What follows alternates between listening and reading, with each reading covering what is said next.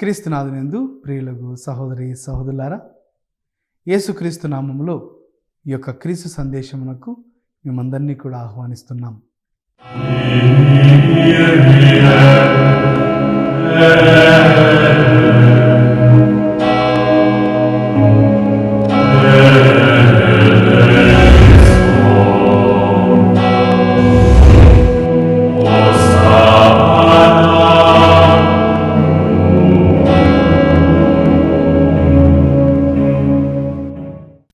మొదలు పెట్టుకునే ముందు ఒక చిన్న ప్రార్థన చేసుకుందాం. సదా మమ్ము కరుణించి కాపాడుతున్న ప్రభువా, మీ యొక్క పవిత్రమైన నామమునకు వందనాలు. మీ యొక్క వాక్యములో ఉన్నటువంటి రహస్యమును మేము గుర్తించి వాక్యానికి అనుగుణంగా జీవించేటటువంటి అర్హతను, కృపను వాక్యం ఆలకిస్తున్న ప్రతి ఒక్కరికి, మా ధ్యానించబోతున్న నన్ను మీరు దీవించి మీ యొక్క వాక్యాన్ని మా యొక్క జీవితంలో మననం చేసుకొని దాని ప్రకారంగా జీవించేటటువంటి కృపను అందజేయమని ప్రార్థిస్తున్నాం. ఈ యొక్క మనలన్నింటినీ మా నాథుడైన యేసుక్రీస్తు నామమున అడిగి వేడుకొంచున్నాం తండ్రి, amen. Praise the Lord, praise the Lord, praise the Lord. క్రీస్తునాథునందు ప్రియులకు సహోదరి సహోదరులారా, ఈ యొక్క తపస్కాలంలో మనమందరము కూడా ధ్యానించబోయేటటువంటి అంశం, మరి ముఖ్యంగా ఈరోజు సిలువలో దాగి ఉన్న రహస్యం. ఈ యొక్క తపస్కాలంలోనికి ప్రవేశించిన మనము ఎన్నెన్నో మంచి క్రియల ద్వారా, మంచి అలవాట్ల ద్వారా దేవునికి దగ్గరయ్యా అవ్వాలి అనేటువంటి ఒక కోరికతో మనం జీవిస్తూ ఉంటాం. మరి చాలామంది మన క్రైస్తవులు దీక్షలు తీసుకుంటూ వారి యొక్క పాప జీవితం నుంచి బయటపడి దేవుని ప్రేమను గుర్తించి దేవునికి దగ్గర కావాలనే ప్రయత్నాలు చేస్తూ ఉంటారు.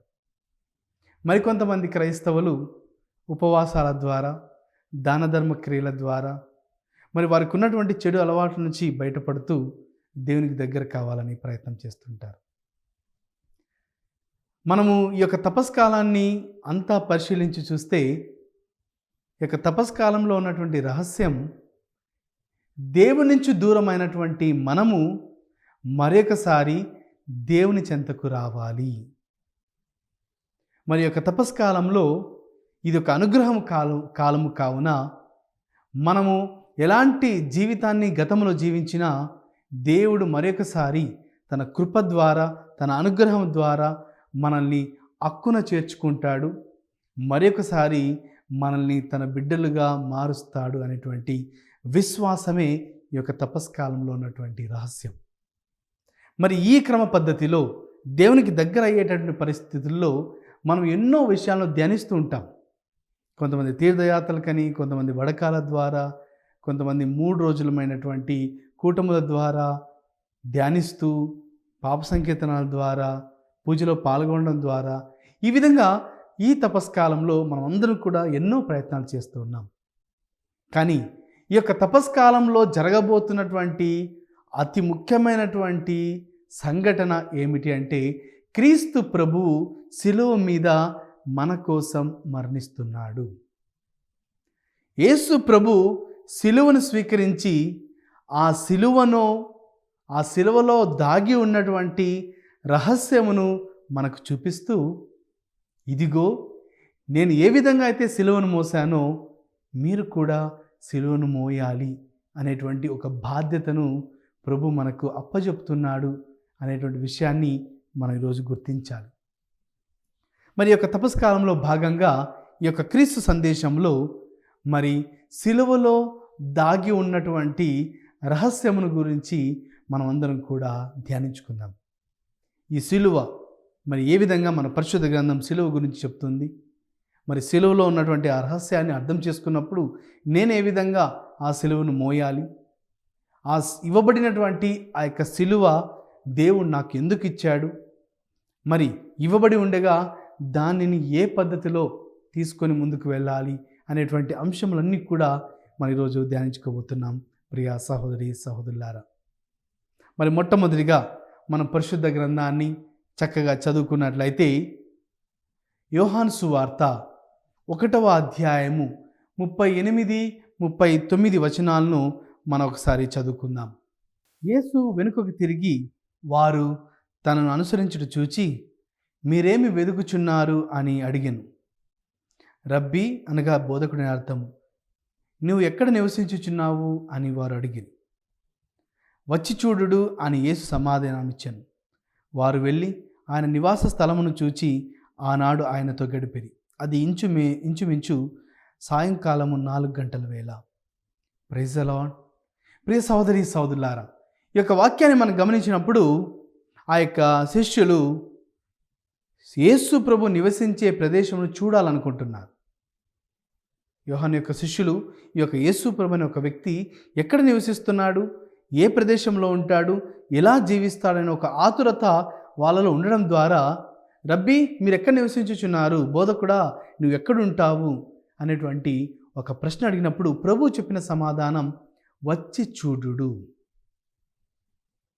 మరి ఈరోజు యావత్ ప్రపంచమంతా చూసినట్లయితే యేసు ప్రభు నివసించే స్థలం లేదా యేసు ప్రభు మనకు కనిపించే స్థలం అంటే యేసు ప్రభు సిలువ మీద వ్రేలాడుతూ ఉంటున్నాడండి. ఏ చర్చికి వెళ్ళినా ఎక్కడికి వెళ్ళినా మనము సిలువ మీద వ్రేలాడుతున్నటువంటి యేసును చూస్తూ ఉన్నాం. మరి యేసు ప్రభు సిలువ మీద వ్రేలాడుతూ ఉండడం అనేది మనము ఎందుకు దాన్ని ప్రత్యేకంగా ధ్యానిస్తున్నామంటే అది మనందరికీ కూడా నివాస స్థలం అని గుర్తించాలి. యేసు ప్రభు ఈ లోకానికి వచ్చిన తర్వాత తను యేసు పుట్టినప్పుడు మనం పశువుల పాకలో చూపిస్తూ ఉంటారు. ఆ క్రిబ్ చేయడం ద్వారా పశువుల తొట్టిలో పరుండబెట్టినటువంటి బాలయేసును చూస్తూ ఉంటాం. అదేవిధంగా కొన్ని సందర్భాల్లో యేసు ప్రభు యొక్క శరీరాన్ని మరియ తల్లి మీద పడుకొని ఉండడం చూస్తూ ఉంటాం. కానీ మనము ఎక్కువ శాతం చూసేటువంటి ప్రదేశం సిలువ మీద వ్రేలాడుతున్నటువంటి యేసు ప్రభు. మరి ఈ యొక్క సిలువలో ఏదో తెలియనటువంటి ఒక శక్తి, ఒక రహస్యం ఉందని ఆ యొక్క ప్రభు ఈ యొక్క తపస్కాలంలో నీకు నాకు కూడా నేర్పించేటటువంటి విషయం ఏంటంటే మనమందరము కూడా సిలువను స్వీకరించి సిలువను ఎత్తుకొని మనము నడవాలి.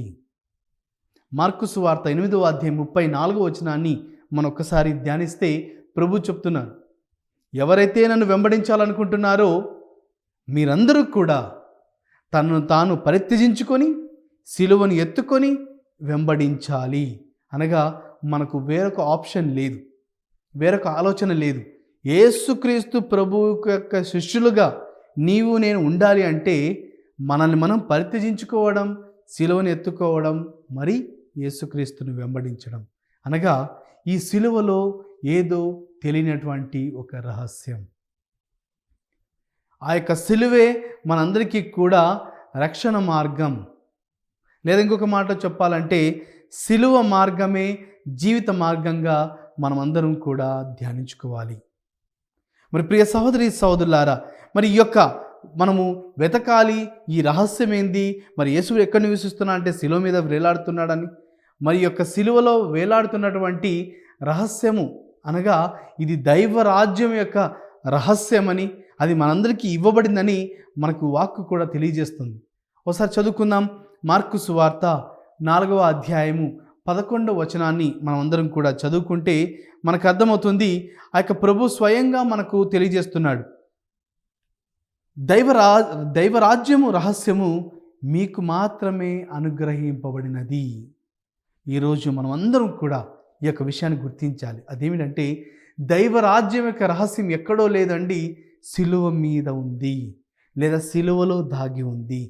ఆ సిలువ యొక్క రహస్యాన్ని మనం గ్రహించుకొనగలిగితే ఈ యొక్క తపస్కాలం ఒక ప్రత్యేకమైనటువంటి తపస్కాలముగా మనల్ని మనం తయారు చేసుకోవచ్చు.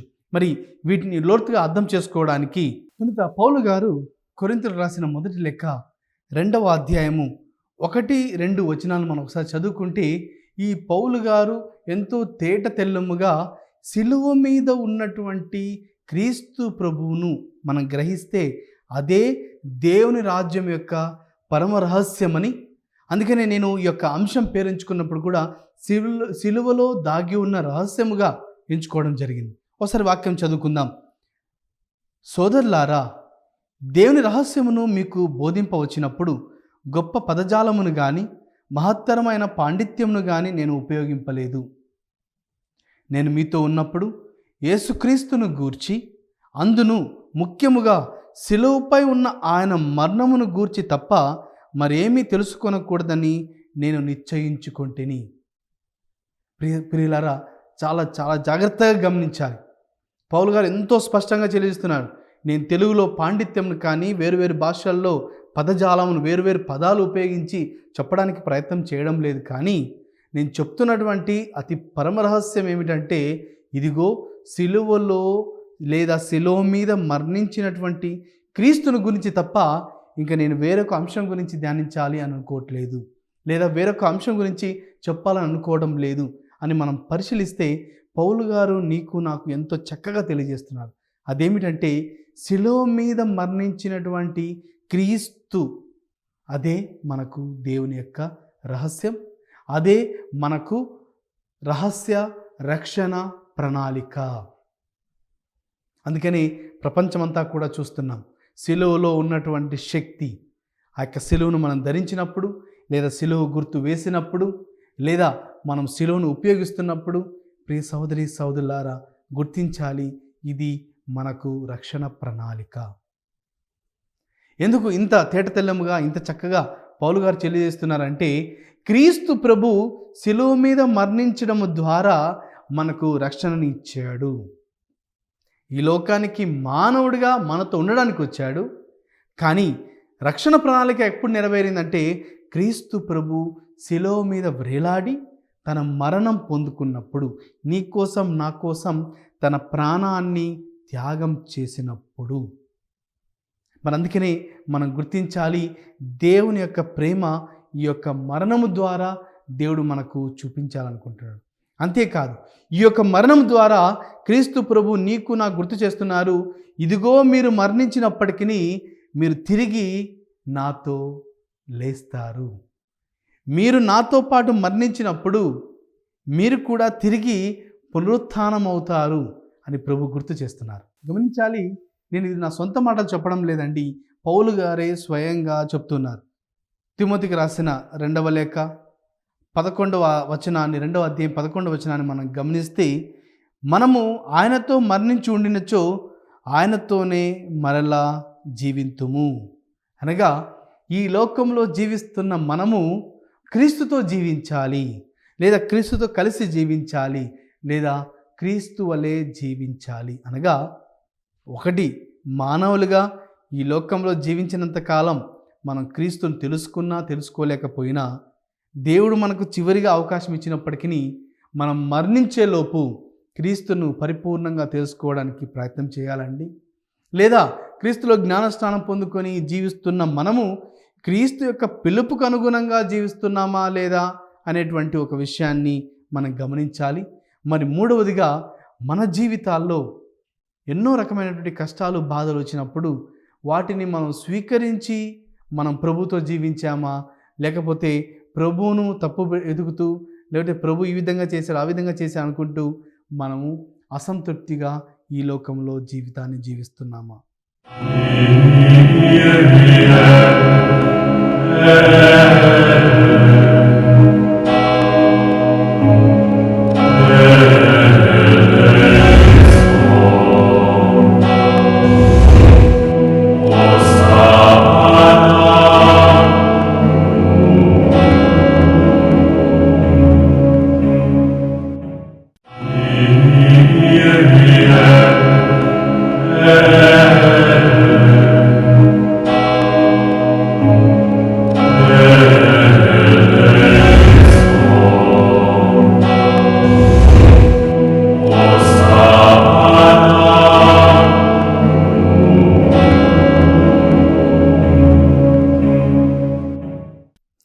అంశాలను మనం ధ్యానించుకున్నప్పుడే మనకు అర్థమవుతుంది, మనము క్రీస్తు ద్వారా పుట్టిన మనము క్రీస్తులో మరణించాలి. అందుకనే ప్రతి గురువు కూడా దివ్య బలి పూజలో చెప్పేటటువంటి అంశం, క్రీస్తు ద్వారా, క్రీస్తుతో, క్రీస్తునందు. మన యొక్క జీవితమే క్రీస్తు ద్వారా, క్రీస్తునందు, మరి క్రీస్తుతో ఉండాలండి. మరి ఆ యొక్క పరమ రహస్యము ఎప్పుడు మనం తెలుసుకుంటామంటే, శిలువ మీద చూసినటువంటి క్రీస్తును మనం గమనించగలిగినప్పుడే, ఆ యొక్క క్రీస్తు శిలువ మీద వేలాడుతున్నప్పుడు మనము స్వీకరించగలిగినప్పుడే. ఈ యొక్క ప్రపంచానికి శిలువ మీద వేలాడుతున్నటువంటి యేసు ప్రభు అవమానంగా కనిపిస్తుండొచ్చు. మరి ఈరోజు ఎంతోమంది ప్రశ్నిస్తున్నారు, వేరు వేరు మతాలకు సంబంధించిన వాళ్ళు కావచ్చు, లేదా కొంతమందికి దేవుని యొక్క విలువలు తెలియనటువంటి వాళ్ళు కావచ్చు. వాళ్ళు అడుగుతున్నటువంటి ప్రశ్నలు ఏమిటంటే, బట్టలు లేకుండా ఇతరుల చేత కొట్టబడి, చంపబడి, అవమానకరముగా బతికినటువంటి ఆ యొక్క వ్యక్తి మీకే విధంగా రక్షకుడు అవుతారు అని ఎంతోమంది నన్ను ప్రశ్నిస్తున్నారు. అందుకనే నేను గమనించాలి, యూదులకు, అన్యులకు అవమానకరముగా కనిపించినటువంటి ఆ యొక్క సిలువ ఈరోజు మనందరికీ కూడా రక్షణ మార్గం అయింది. యేసుప్రభు మనకు ఎన్నో సందర్భాల్లో పరిశుద్ధ గ్రంథం ద్వారా మనము ఆదివారాల్లో లేదా దివ్యబలి పూజల్లో, ప్రసంగాల్లో వింటూ ఉంటాం. పనికి రానటువంటి ఒక రాయిని యేసుప్రభు మూలరాయిగా ఏ విధంగా చేస్తాడో, అవమానకరముగా ఎంచబడినటువంటి ఆ యొక్క సిలువను యేసుప్రభు చాలా చాలా పవిత్రమైనదిగా మన కోసం ఉంచాడు. ప్రపంచానికి అవమానకరంగా యేసుప్రభు నిందలు పొందుకున్నప్పటికీ నేను అలాంటి నిందలు పొందుకోకుండా ఆ యొక్క సిలువలోనే గొప్ప శక్తిని ఉంచి మనకు సిలువని ఇస్తూ ఉన్నాడు. కావున ప్రియ సహోదరి సహోదరులారా, ఈ యొక్క తపస్కాలంలో నేను సిలువను ధ్యానించడం మొదలుపెట్టాలి. యేసు ప్రభు మరణించిన తీరును మనం గమనించాలి. చాలా వరకు మనం ప్రతి శుక్రవారం లేదా బుధవారాల పూట, మళ్ళీ లేకపోతే కొన్ని చర్చిలో ప్రతిరోజు కూడా సిలువ మార్గాన్ని అనుసరిస్తుంటారు. సిలువలో ఏ విధంగా మొదటిసారి పడ్డం, రెండవసారి పడ్డం, మరి ఏ విధంగా మరణించడం, ఈ విధంగా 14 స్థలాల ద్వారా మనం ధ్యానిస్తుండవచ్చు. కానీ నేను ఒక క్రైస్తవుడుగా, క్రైస్తవురాలుగా ఈరోజు ప్రపంచానికి తెలియజేయవలసినటువంటి అంశం ఏమిటంటే, ఇదిగో సిలువలో దాగి ఉన్న రహస్యం. ఏమిటి రహస్యం? సిలువలో మరణించిన క్రీస్తు, నేను క్రీస్తుతో పాటు మరణించినప్పుడు నేను కూడా తిరిగి క్రీస్తుతో లేస్తాను. ఈ యొక్క సిలువ మీద మరణించిన క్రీస్తు సాధారణంగా చనిపోలేదు, నీకు నాకు రక్షణ ఇవ్వడానికి చనిపోయాడు అని ప్రపంచానికి మన నాలుక ద్వారా ప్రకటించే వ్యక్తులుగా మనం ఈరోజు తయారు కావాలి.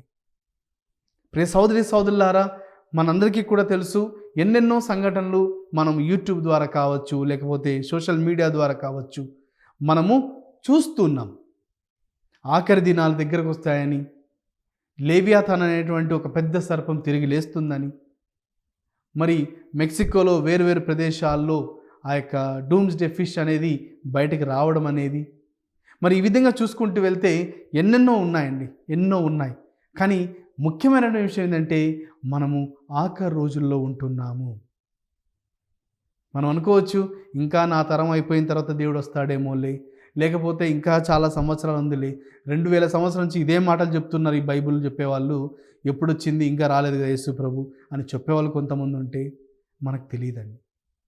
దేవుని యొక్క రెండవ రాకడ ఏ సమయంలో వస్తుందో ఎవరికి కూడా తెలియదు. అందుకని బైబిల్లో యేసు ప్రభువే స్వయంగా చెప్పాడు, రెండవ రాకడ దొంగవాని వలె వస్తుంది. అనగా మనమంతరము కూడా ప్రశాంతంగా తిరుగుతున్న వేళలో, జీవిస్తున్న వేళలో, నిద్రపోతున్న వేళలో ప్రభు యొక్క రాకడ ఏ సమయంలోనైనా రావచ్చు.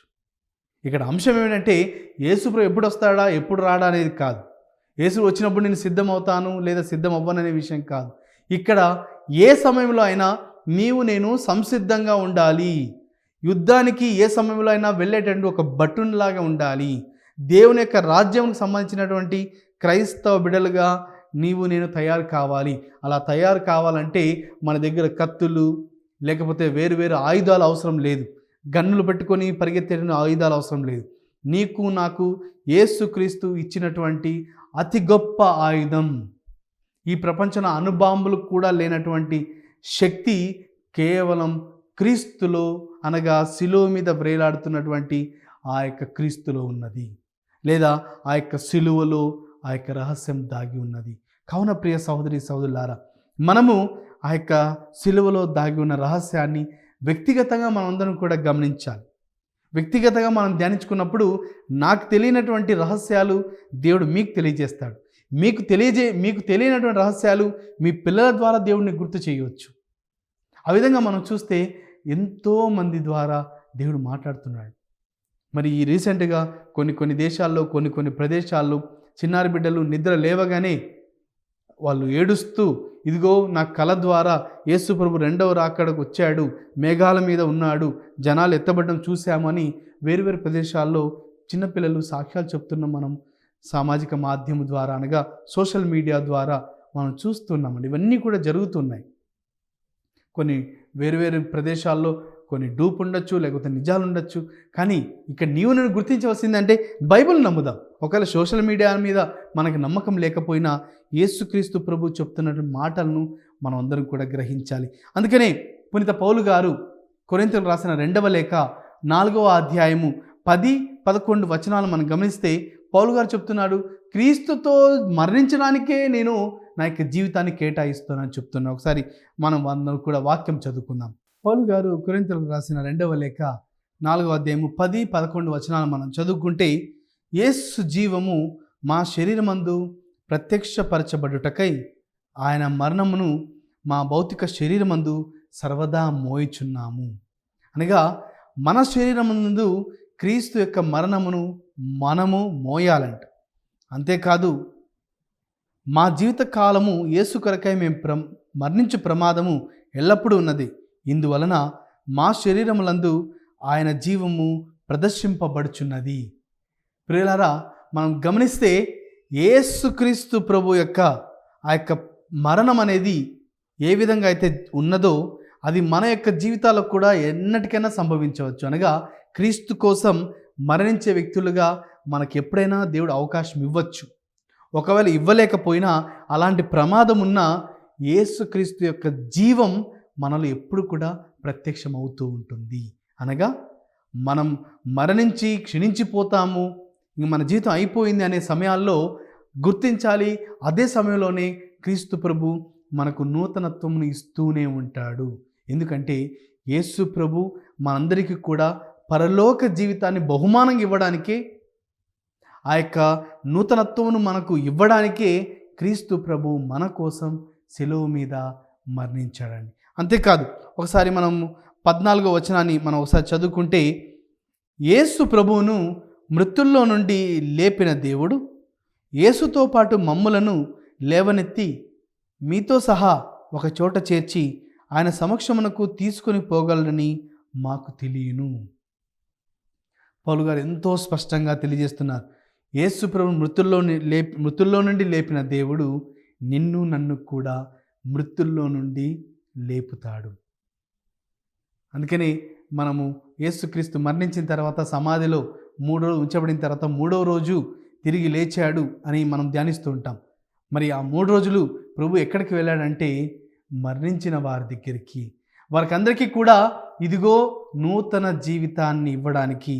మీరు మరణించారు, నేను మీకోసం మరణించాను, ఇక మీకు మరణం లేదు, తిరిగి మళ్ళీ మీరు నాతో పాటు లేస్తారు అనేటువంటి ఒక శుభవార్తను ప్రకటించడానికి.